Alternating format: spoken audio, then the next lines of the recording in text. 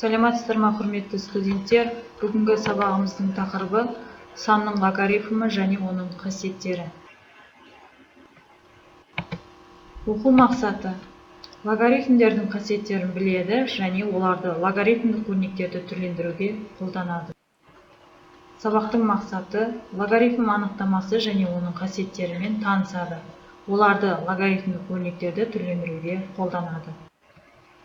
Күтілетін нәтиже: логарифмнің анықтамасын біледі, негізгі логарифмдік теңбе-теңдікті түсінеді, логарифм қасиеттерімен танысады және оларды логарифмдік өрнектерді түрлендіруге қолданады.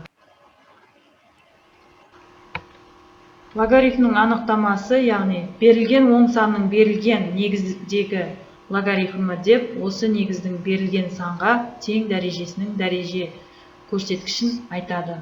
Мұндағы А үлкен 0, А тең емес 1, белгіленуі логарифм А негізгі Б дәрежесі болып айтылады. AX тең Б-ға тең. Бұндағы X тең логарифм А негізгі А Б-ға тең. Келесі, логарифмді көрнекі түрде анықтау үшін екі санның дәрежелер кестесімен жұмыс жасаймыз. Яғни 2-нің бірінші дәрежесі 2-ге тең, 2-нің екінші дәрежесі 4-ге тең, 2-нің үшінші дәрежесі 8-ге тең, 2-нің төртінші дәрежесі 16-ға тең, 2-нің бесінші дәрежесі 32-ге тең, 2-нің алтыншы дәрежесі 64-ге тең.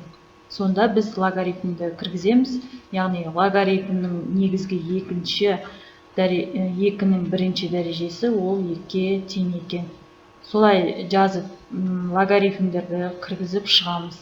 Оның мұна формулаға келтіріп есептерді шығарамыз. Мысалы, негізі 5-ге тең болатын 25 санының логарифмі 2-ге тең. Себебі 5-те 2 рет көбейтсек, өз-өзіне көбейтсек, ол 25-ге тең.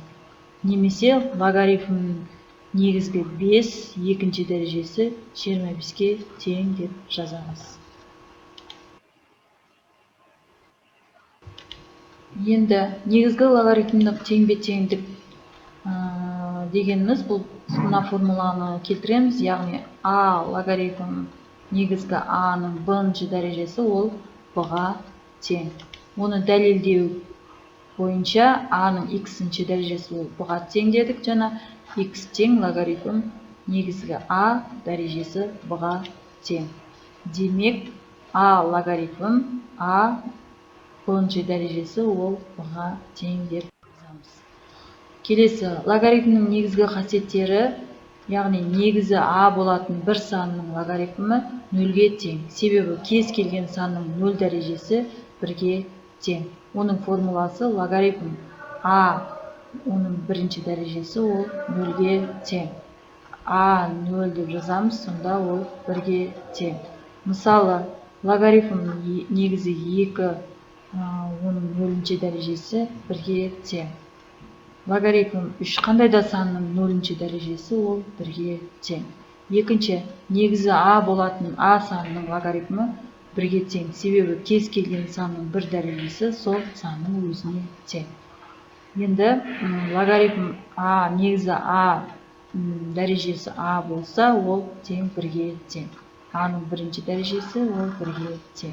Мысалы, логарифм негізгі 5, оның бірінші дәрежесі 5-ге тең. Логарифм 7, оның бірінші дәрежесі 7-ге тең.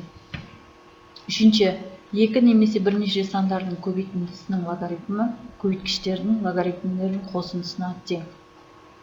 Яғни, логарифм негізгі А, X көбейтілген Y болса, ол логарифм негізгі А, X, соны қосындыға айналдырамыз. Сонда қосу логарифм А дәрежесі Y деп жазамыз. Мысалы, логарифмнің негізгі 5-ші, оның 9-ші дәрежесі қосылған логарифм 5 бөлінген 9 тең логарифм негізгі 5, 9, сонда 1 5-ті жазамыз. 9 көбейтілген 5 бөлінген 9, сонда 9 бен 9 қысқарады. Логарифм 5-тің негізгі 5-тің 5 деп алсақ, ол 1-ге тең. Төртінші, қатынастың немесе бөлшектің логарифмі алымының логарифмі мен бөлімнің логарифмінің айырымына тең. Яғни, егер біз логарифм негізгі а болатын болса, ол x бөлінген y деп алсақ, сонда алым мен бөлімін біз азайтамыз. Логарифм негізгі а, x азайтылған логарифм негізгі а, y деп аламыз. Мысалы, логарифм негізгі 7, 196 азайтылған логарифм негізгі 7, 4 деп алсақ, сонда 196-ны 4-ке бөлсек, логарифм негізгі 7, ол 49 шығады. Сонда 7-ні 2 рет көбейтсек, 49-ға тең. Келесі, логарифмнің негізгі қасиеттері, мысалы 5-ші қасиетін алатын болсақ, дәреженің логарифмі дәреже көрсеткішінің дәреже негізінің логарифміне көбейткенге тең. Яғни логарифм а негізгі а x пи-нші дәрежесі, ол p логарифм а x деп аламыз. Мысалы, логарифм негізгі 5 25-тің 4-ші дәрежесі деп алсақ, сонда 4 алдына түседі. Логарифм негізгі 5 25 тең 4 көбейтілген, мына жерде 5-ті 2 рет көбейтсек, ол 25 шығады. Сонда біз мына жерде 2 деп аламыз. Сонда 4 көбейтілген 2, ол 8-ге тең. Логарифм негізінің дәрежесі логарифмге кері сан болып көбейтіледі. Яғни, логарифм негізгі а к x деп алсақ, тең 1 бөлінген к деп аламыз. Сонда логарифм а x болады. Мысалы, логарифм негізгі 4, оның 32 деп алсақ, тең логарифм 2-нің 2-ші дәрежесі ол 4-ке тең, 2-нің 5-ші дәрежесі 32-ге тең. Сонда 2 мен 2-ні жазып, 5 бөлінген 2-ні логарифмнің алдына түсірсек, сонда 2 мен 2 қысқарады, ол 1-ге тең. Сонда 5 бөлінген 2-нің өзі қалады. 6-шы, басқа негізгі көшу формуласы, яғни логарифм негізгі а x тең логарифм bx бөлінген логарифм ba деп аламыз. Әртүрлі негізді логарифмдерді өзара байланыстыру үшін басқа негізге көшіру формуласын пайдаланамыз. Негіздері өзгергенде логарифмдер пропорционалды түрде өзгереді. Пропорционалды коэффициентінің өту модулі деп атайды. Басқа негізге көшу формуласынан шығатын салдар. Осы формулаларды жазып алсаңыздар болады. Анықтамасын жаңа түсіндіріп кеттім. Осы анықтамаларды дәптерге жазып алсаңыздар болады. Топтық жұмыс, яғни есеп шығарамыз. Көрсеткіш өрнектер логарифмдік өрнек арқылы жазамыз. Яғни 25 жаңа айтылды, 25 2-ші дәрежесі ол 625-ке тең. Осыған логарифмді кіргізетін болсақ, логарифм негізгі 25 деп аламыз. 625 шығу үшін біз 25-тің 2-ші дәрежесі деп аламыз. Екінші есепте 0,3-тің минус 2-ші дәрежесі ол 1 бөлінген 0,9-ға тең. Біз минус болған жағдайда біз 1 бөлінген бөлшекке айналдырамыз. Тең болады логарифм 0,3-тің 1 бөлінген 0,9-тың 0,3-те 2 рет көбейтетін болсақ, осы 0,9 келіп шығады. Осы есептеге қарап, есептерді шығарсаңыздар болады. Келесі, негізгі логарифмдік теңбе-теңдік арқылы шешуін табу. Сонда 6 логарифм 6-ның 21-і тең 21 деп алсақ болады. Сонда 6 мен 6 қысқартсақ, ол 21-ге тең.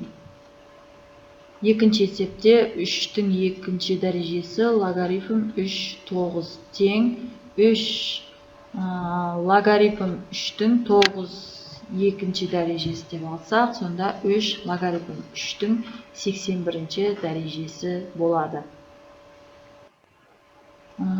Топтық жұмыс топтарда жауабымен бағаланады, яғни өрнектің мәнін есептеу. осы есептерді қарап шығарсаңыздар болады. Жаңағы түсіндіріп кеткен есептерге дескриптор құрылған, яғни көрсеткіш өрнектерді логарифмдік өрнектер арқылы жазады, логарифмді дұрыс есептейді, негізгі логарифмдік теңбе-теңдік арқылы шешуін табады, логарифм қасиеттерін қолданып өрнектің мәнін есептейді, потенциалдау арқылы x-тің мәнін табады, жауаптарын дұрыс таба алады. Келесі үй тапсырмасын жазып алыңыздар. Логарифмнің қасиеттерін біледі, логарифмде бар өрнектерді ықшамдаймыз, үшінші есептейміз. Осы үш есепті дәптерге жазып алсаңыздар болады. Енді рефлексия. Нені білдім, нені үйрендім, нені толық түсінбедім, неменен жұмысты жалғастыру қажет деген сияқты рефлексия толтырасыздар. Назарларыңызға рахмет.